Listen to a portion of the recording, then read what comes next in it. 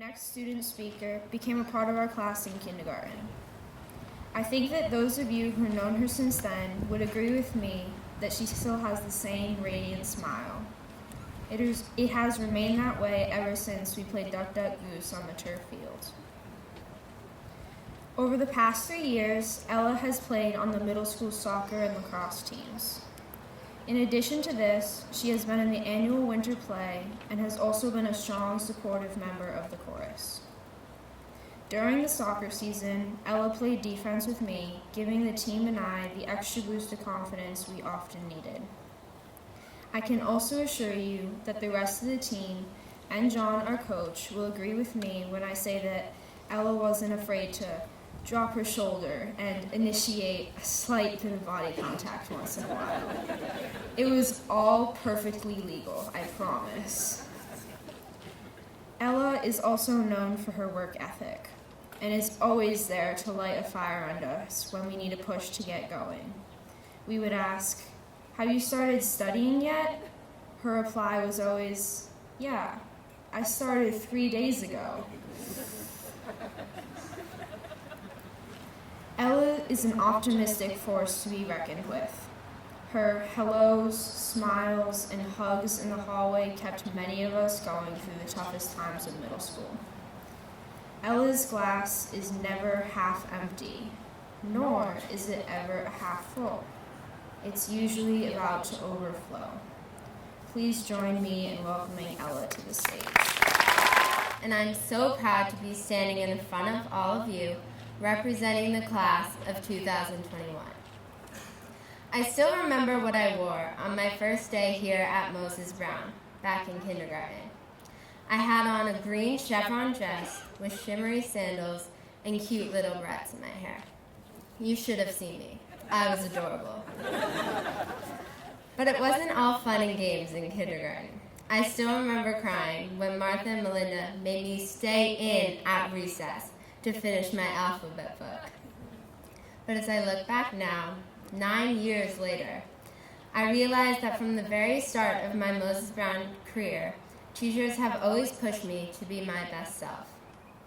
I've learned that the teachers here show that they care for you by encouraging you to push your limits, whether it's in academics, on the athletic field, on the stage, or even in the way you treat your friends. As you move into middle school, your relationships with the teachers grow, especially with your advisors. In 6th grade, my advisor was Patricia, whose kind disposition made me feel very welcome and set me up for a great middle school experience. Then, in 7th grade, I had Katie Genoa, who frankly was the polar opposite. She helped me become more confident socially, as I've always been a fairly shy person. That's why standing in front of all of you and delivering this speech is just a little terrifying for me. Then this year, I had Tony, who always knew how to make me smile when I needed it most, and helped me keep my stress at a reasonable level. Well, most of the time.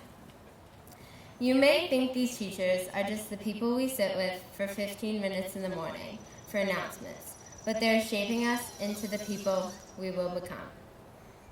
But what I'll remember most about middle school are all of the memories I've shared with my classmates. I'll never forget the feeling of beating our Wheeler to win the soccer championship this year. This was especially meaningful for me. Before middle school, I wasn't much of a team sport athlete, but I came to appreciate the feeling of being part of a team and accomplishing something together. I think I can speak for all of my classmates when I say that team trips will also be a lasting memory. Who can ever forget the totally amazing and exhausting feeling of finally getting to the top of Mount Chicora, or the fun of ziplining across the lake at Camp Jewel? At the same time, I know for me and many of my classmates, the most memorable experiences came on the stage, acting, singing, or playing an instrument. This year was particularly special for the performing arts, especially in middle school, as we were the first students to ever perform in the Women's Center, with our winter concert and the middle school production of The Lion King. From Shia opening the play with her amazing rendition of The Circle of Life, to Angela, Eli, and Madeline's performance of Hakuna Matata, the play was truly outstanding. And then, of course, there was the baby project. We all thought that this was going to be a lot of fun, but once those babies started to cry, non-stop, we realized the fun was over.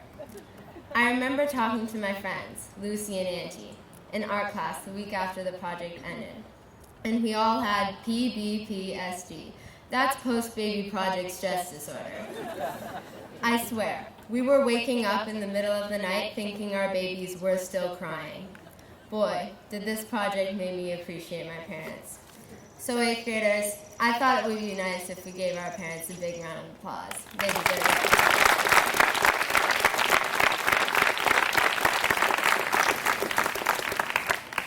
As I stand here today, I bet many of my classmates are feeling the way I do right now. I can't believe the amount of confidence I've gained in myself in my years at Moses Brown. I remember days in lower school when I was so anxious about going to school because I didn't think I fit in. Sometimes I would even need my dad to stay and sit with me in the morning meeting to help me start my day. And then I remember how scared I was to go away on the 6th grade team trip, and how anxious I was about my academics. At the start of middle school, I was even afraid to raise my hand in class.